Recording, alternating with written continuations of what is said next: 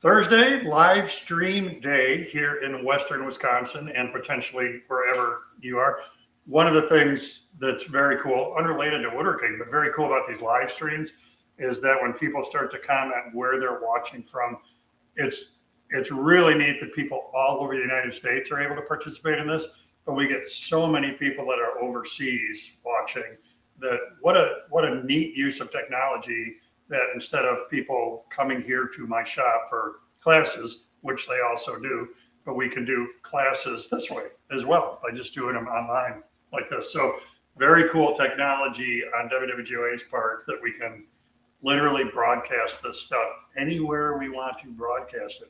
Hopefully you're getting, Max and I were just talking about the beautiful weather here, looking out the window. Hopefully you're getting it where you are as well. It's a lovely, sunny, I don't know, 65-degree day here. Should be on the motorcycle doing some zoom on a lovely day like this. But I'm setting that aside just so you know to teach you about saw blades.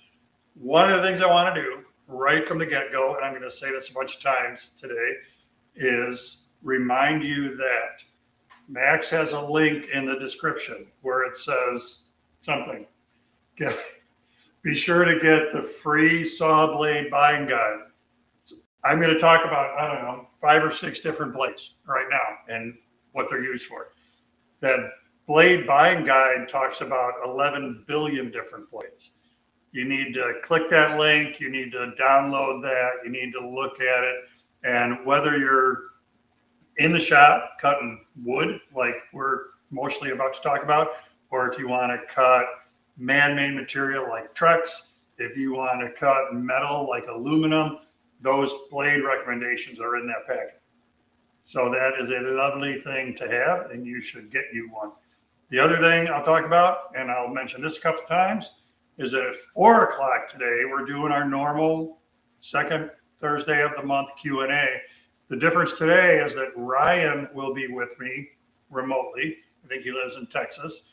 Ryan is a young guy, very driven, has an amazing woodworking business going. So we are going to pick his brain. Paul and I get asked all the time through WWGOA, how can I make money from my shop? What do I do? What about Etsy? What about, not Spotify, Shopify? Ryan is going to be the guy to help answer lots and lots and lots of those questions. So come back at 4 Central Time for that. So one of the questions that's already on here from Dirk is, what happens when we use the wrong blade for a job? Crosscut for a rip and or vice versa? How can there be such a thing as one blade that does both? It's exactly why I wanted to do this session. We spend a lot of time talking about the right tool for the job. Table saw blades definitely fit into that category. You need to make sure you're doing the right thing with the right saw blade.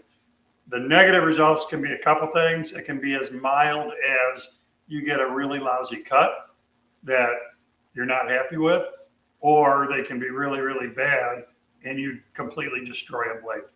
I'm going to cover all of that stuff. We'll flip back and forth between this camera and another camera so you can see the blades better. So let's talk about first, we're just going to categorize woodworking as ripping and cross-cutting. So hit that jargon first. Ripping is when we make a cut in the same direction as the grain, parallel to the grain. Cross-cutting is when we cut across the grain. Could be perpendicular, could be an angle, but the bottom line is we're something like this instead of like this. So the first thing we can do is talk about rip blades and cross-cut blades. A ripping blade, like that, typically has 24 to 40 teeth. So on a 10-inch blade, most table saws are 10-inch. On a 10-inch blade, the number of teeth that go around the rip. So again, ripping blades are generally 24 to 40 teeth. What happens with so few teeth, this is a 24, is the gullets, the valleys between the teeth here, are really, really, really big. That's very intentional with a ripping blade because we need that attribute. I'm going to talk more about that in a second. We can contrast that. So again, 24 to 40. We can contrast that with a crosscut blade that looks like, whoops, I'm getting there. It's hard to pick up. I'm cross-cutting it, or contrasting it with a crosscut blade that generally have 60 to 80 teeth around the rim. So way more teeth, much smaller gullet. Let's talk about a couple things. And again, I really encourage you to grab the PDF because stuff that I'm about to talk about is illustrated in that PDF. For instance, when we talk about the gullet, when we talk about the hook angle, when we talk about tooth grind, all of that stuff is laid out in there. So you really should grab that PDF and you'll better understand that. But here's what we mean by that. Hook angle is kind of just what it sounds like. It means how aggressively are these teeth pointing into the cut. This rip blade has a really aggressive hook angle, meaning the teeth are leaning way forward. If we drew a line on here, if we drew a straight line through the center axis, and then we measured that angle on a rip blade, maybe it's 15 degrees. If we did that same measurement on a crosscut blade, so again, a line through the center axis, how far are the teeth leaning forward, maybe this is only 5 degrees or so. So it's not as aggressive. The gullets are smaller. It's also not as aggressive relative to the hook angle. Talk about why in a second. Let's take that a step further. If we look at this blade, which is specifically designed for radial arm saws or sliding miter saws, it actually has a negative hook angle. So again, if we drew a line through the center axis and then measured relative to the tooth, this tooth is negative about 5 degrees, I think is what it is. So it leans away from the cut. That makes it less aggressive. Where does all of this fit in? On a rip blade, when we're cutting with the grain, it's the easiest kind of cut we can make. And I'm going to illustrate that in a second. So when we're cutting with the grain, we can have those big gullets. We can have that aggressive hook angle because we're cutting with the grain. When we're cutting across the grain, we're probably more concerned about the cut quality. We're cutting end grain, and we want to get a really nice cut on that end grain, a really nice surface finish, so that we don't have to do a lot of S-word. We don't have to do a lot of sanding later. So by having a really high quality crosscut blade, shallower hook angle, and finer teeth, we get a better quality cut on that end grain and in another application I'm going to talk about in a second. Now, one might ask, what's the deal with the blade that has the negative hook angle? If you think about a radial arm saw, it's kind of the one tool in your shop that goes against like all the rules in a shop. On a table saw, the blade is spinning towards you and you push into it. On a jointer, the cutter head is spinning towards you, you push over the top of it. So we're always working against the rotation of the cutter. Handheld router, same deal. With a radial arm saw, when this blade is on the radial arm, that tooth is down here in the radial arm saw's table, and we pull all that toward you, cutting the wood while we're doing it. That's why a radial arm saw blade specifically has a negative hook angle, so it's less aggressive. The big radial arm saw accident is that a real aggressive blade kind of self-propels itself through the cut. The operator's not ready, their hand is in the way, and they end up losing fingers. So specifically with radial arm saws, we have that negative hook to take some of that fast cut, that climb cut, out of the blade. Now let's talk about ripping versus cross-cutting and why we want what we want. So let me get you back over here. Well, that could actually, I'm going to do this, and and this, and this. So here's the best way I can illustrate what I'm talking about with ripping versus cross-cutting. There is a lovely piece of maple, maybe not so lovely, but a piece of maple. If I grab a knife, and I cut this way, I'm cutting with the grain. I'm producing these long shavings.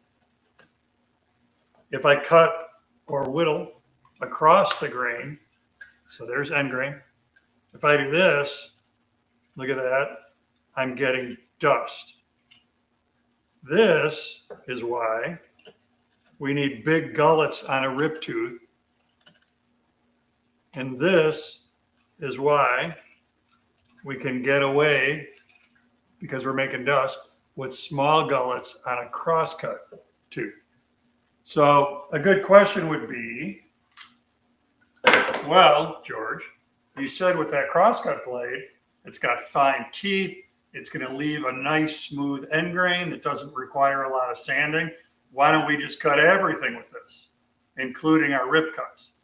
Get a nice surface finish on those rip cuts. The reason is the physics of ripping wood is that we're going to produce those big shavings. That's why we got to have big gullets to carry those shavings out of the cut. If you don't have a big gullet tooth pattern, like that rip blade, then the shavings get hung up in there and the blade gets really, really hot. So this is going to Dirk's question. What happens if we use the wrong blade for the operation? If you try to rip with this crosscut blade, especially a hardwood like this walnut, it can't carry the shavings out. The blade starts to get hot because all that dust is building up inside the cut. If you keep on keeping on, if you keep going, this can get so hot that it warps. And, you know, when I've been teaching woodworking for 40 years, it used to be when I would say that, I would say it'll warp like a LP record you left in the sun.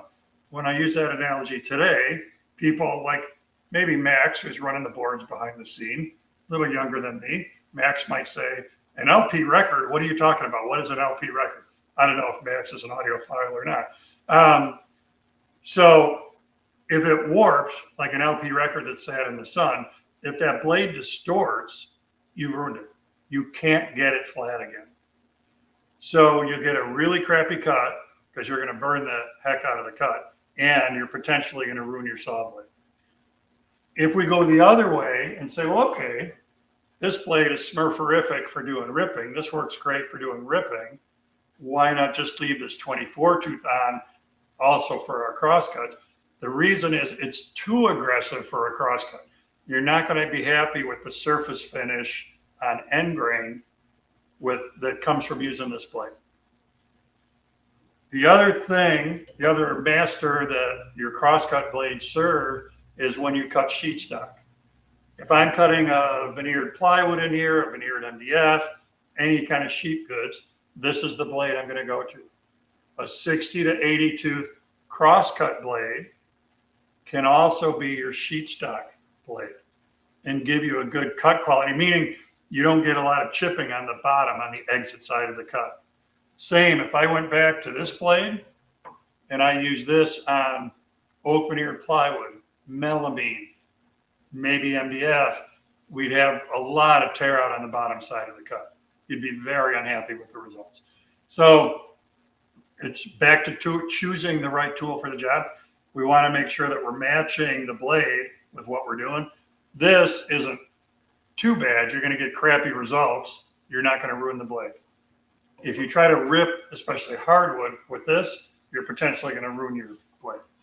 Let me take a second and look for questions and then come back and chat a little bit more.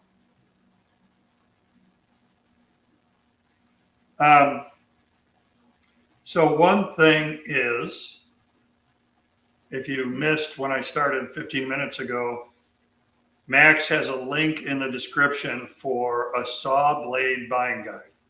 It's a lot of pages. It covers much of what I'm talking about right now, and it goes way beyond. Here, I'm really specifically talking about cutting wood on a table saw. If you want to know how to cut synthetic material like Trex, if you want to know how to cut non-ferrous metal, if you want to know how to cut cement. Grab that saw blade buying guide, download that, and it's going to give you all that. Additionally, it defines what is the gullet, what's the hook angle, what are the tooth geometries, or blah, blah, blah, stuff that I really can't hit here. All right, so Herb says, going to be building a project using walnut veneer plywood, best blade for the table saw. So yeah, this fine tooth, shallow hook angle, crosscut type blade would also be a good sheathstock blade. Norbert says, do you have a rule of thumb that you follow when you need to sharpen or replace a saw blade, or do you go by cut quality? I will come back to that because I'll get on the other camera and I'll show you how I evaluate if a blade needs to be sharpened. Great question. Jim, is there a difference in sliding radial arm saw blades and compound miter saw blades? So the blades are similar. The difference with a sliding miter saw is the right way to use it is you come to the end of the travel, then you start the saw, plunge into your work and push it away from you. You're not climb cutting. So that negative hook that we looked at on the CMT blade, that's specifically a radial arm blade, that is very specifically a radial arm blade because of that climb cut nature of radial arms. There are blades that perform best on sliding miter saws, but again, that negative hook isn't as imperative. And Max is yelling at me that he does know what an LP record is. So I was just yanking his chain. Jim says, I currently have a 36 tooth blade in my table saw. Is that better than the 48 I bought? Should I take it back before I open it? I don't know, because it depends on what you're fixing to do. Let's talk about blades some more, and then we'll see if where you should end up. So let me address the question first about sharpening so I don't forget, because I will forget. So let me grab a blade. Yeah, this one will be fine. And then go back to camera 2. So you're using a saw blade and you're kind of, I don't know if that's performing the way it should. I wonder if it's dull. A really easy way to test that is to take the saw blade or router bit or whatever, put a tip of the tooth up against a fingernail. Let me get this to where you can see. And then I'm not pushing down on the blade. I'm just dragging it across my fingernail. And it's very easily raising a curl of fingernail. It's etching my fingernail. I could write my initials there if I really, really, really wanted to. So that tells me that that blade is still sharp. One of the things to look for is, I don't have any blades, well, this one a little bit. If you're getting bad performance, a good thing to look at is the blade dirty? So let's say this particular blade wasn't cutting great. Next thing I would do is the fingernail test. Now on this one, it is dull because when I do this, it's just skating across my fingernail. It's not etching at all. In addition to that, it's a little bit dirty. If you have a sap or resin buildup on here, that can make a sharp blade cut as though it's cut with burns because the resin buildup on here doesn't provide clearance as it cuts. What we need is we need those teeth to go through the wood and they create a curve. And there has to be clearance behind the tooth so that the tooth can travel through the material. If you get a resin or sap buildup on the blade, it could be that that's rubbing on the curve. That's what's giving you the burns, even though the blade is sharp. So poor performance, do the thumbnail test.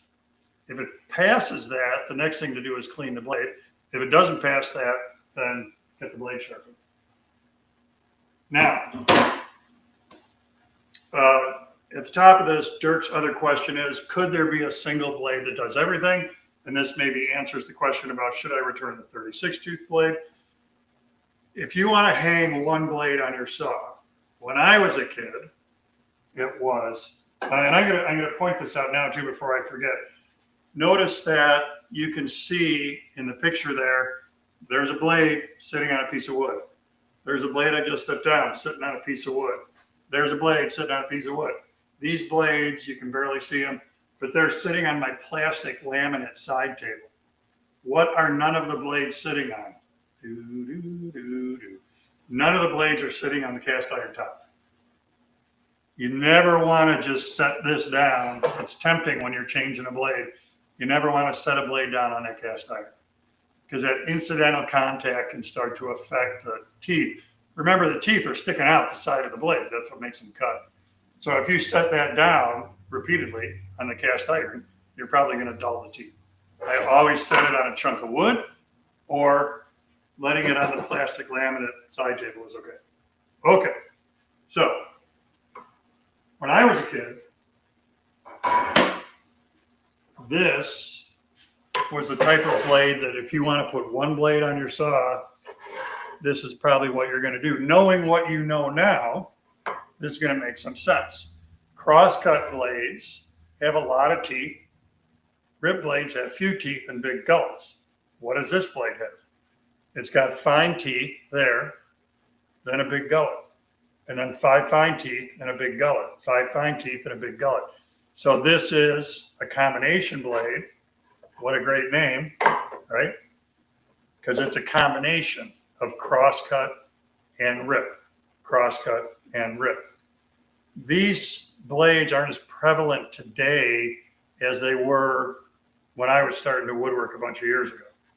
Today's version of this is really, hang on, this.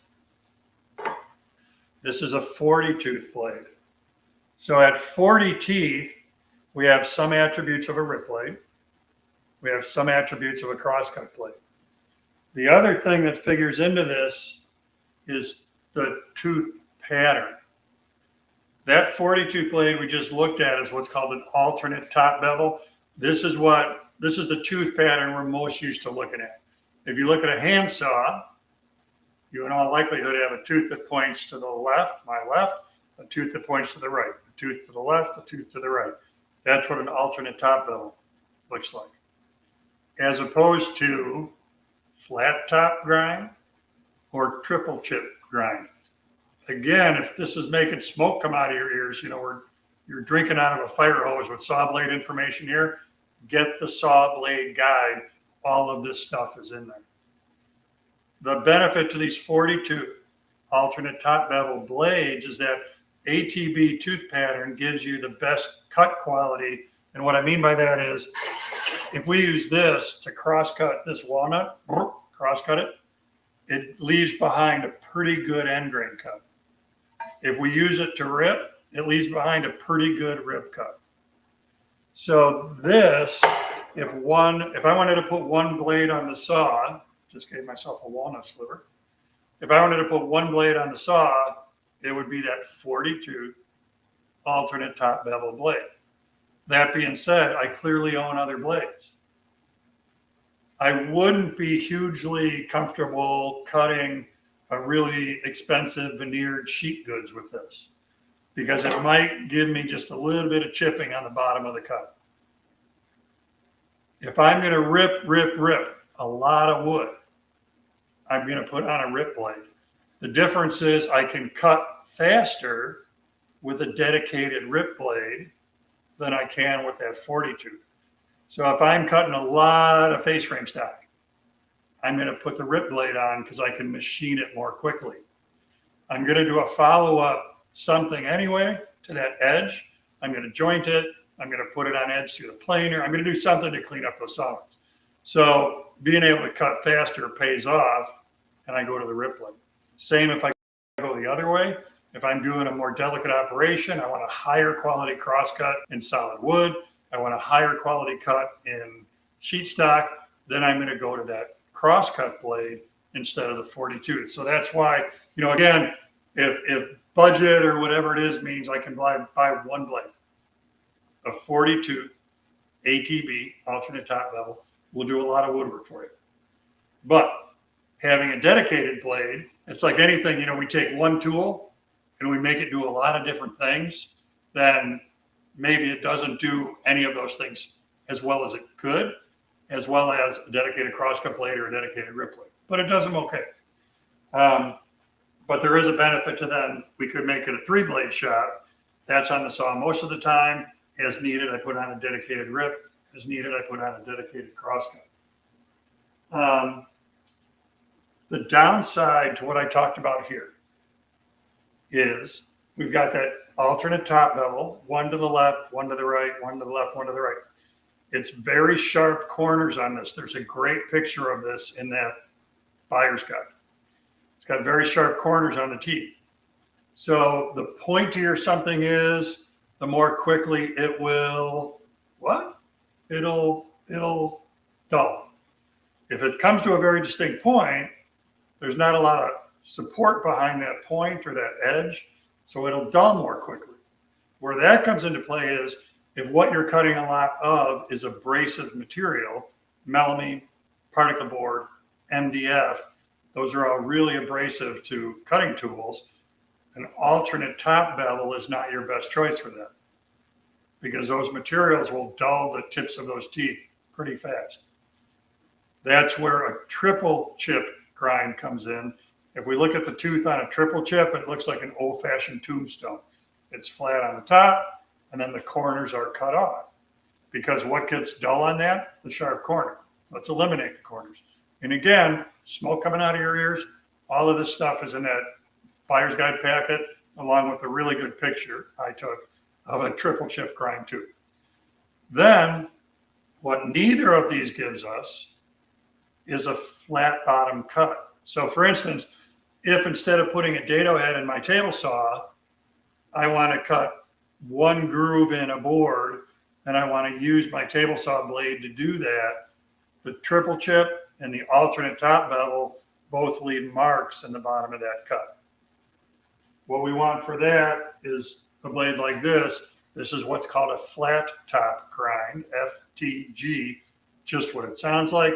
The teeth are dead flat. So if I'm only cutting a groove or two and I don't want to set up a dado head, I don't want to set up a router bit, I can do 2 passes, 3 passes with this, create a groove, and it'll be groovy. It'll be perfectly flat bottom when I'm done. It will not be perfectly flat bottom from an ATB or a triple chip grind. So there, you need one more saw blade, or no, I guess that's your rip blade. The right tool for the right job is really, really critical. This one, I'll mention, if you've been watching me for a while, you've seen me use this a bunch of times. Max and I have done this as a live stream. This is for cutting aluminum. You can put this on the table saw, do a couple other things, and you can easily cut 1/4 inch thick aluminum plate on your table saw with this blade. Check that buyer's guide, check that saw blade guide, and it'll tell you what blade that is. All right, let me look again for your questiones.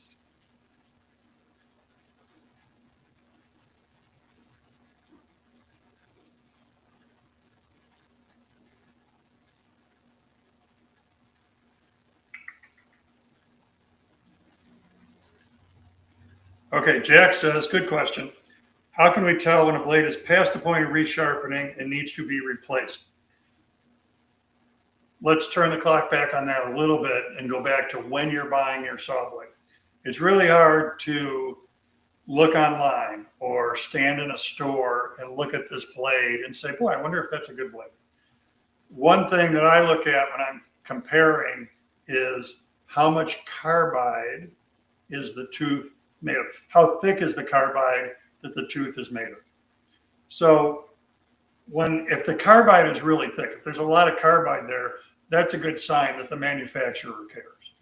And if they care about putting a lot of carbide on there, which we'll come back to the sharpening question, they probably also care about making sure you have a nice flat plate to the blade.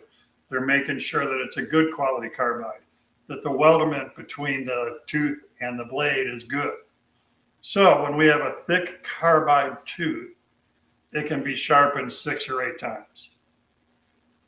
So what looks like a lot of money up front for a saw blade, when you amortize that over the life of the blade, it's got a lot of carbide, it's a nice flat plate. I can get it resharpened a bunch of times. Resharpening is less expensive than buying a new saw blade. Then that upfront investment isn't so bad. And because it's a better blade, it lasts you longer, it gives you higher quality cuts. So somewhere in the neighborhood of 6 to 8 sharpenings for a good saw blade is what it's going to do. What should happen is it's dull, you send it to the sharpener. Eventually, on any blade, you run out of carbide. And it's no longer practical to sharpen that blade. The sharpener should send that one back. A good sharpener should not sharpen that, not charge you, and send it back and say it can no longer be sharpened. And then you're done. Jim says, I'm doing mostly ripping. I do have an 80 tooth for cross-cutting. Oh, okay. That was just a statement, not a question. Paul asks, where do you send your blades for sharpening? I have got a place near Madison, Wisconsin, and I should just store this in my brain better because I always forget it. And give me 1 second and I'll find them. And the reason I'm talking about this here, you clearly don't live in Wisconsin, but I ship my stuff to them. I don't drive it down there. So you could also ship your stuff. And mine is back. Shoot. That didn't hit it. I sent him a box of whatever, saw blades and router bits, and they're back in like a week's time.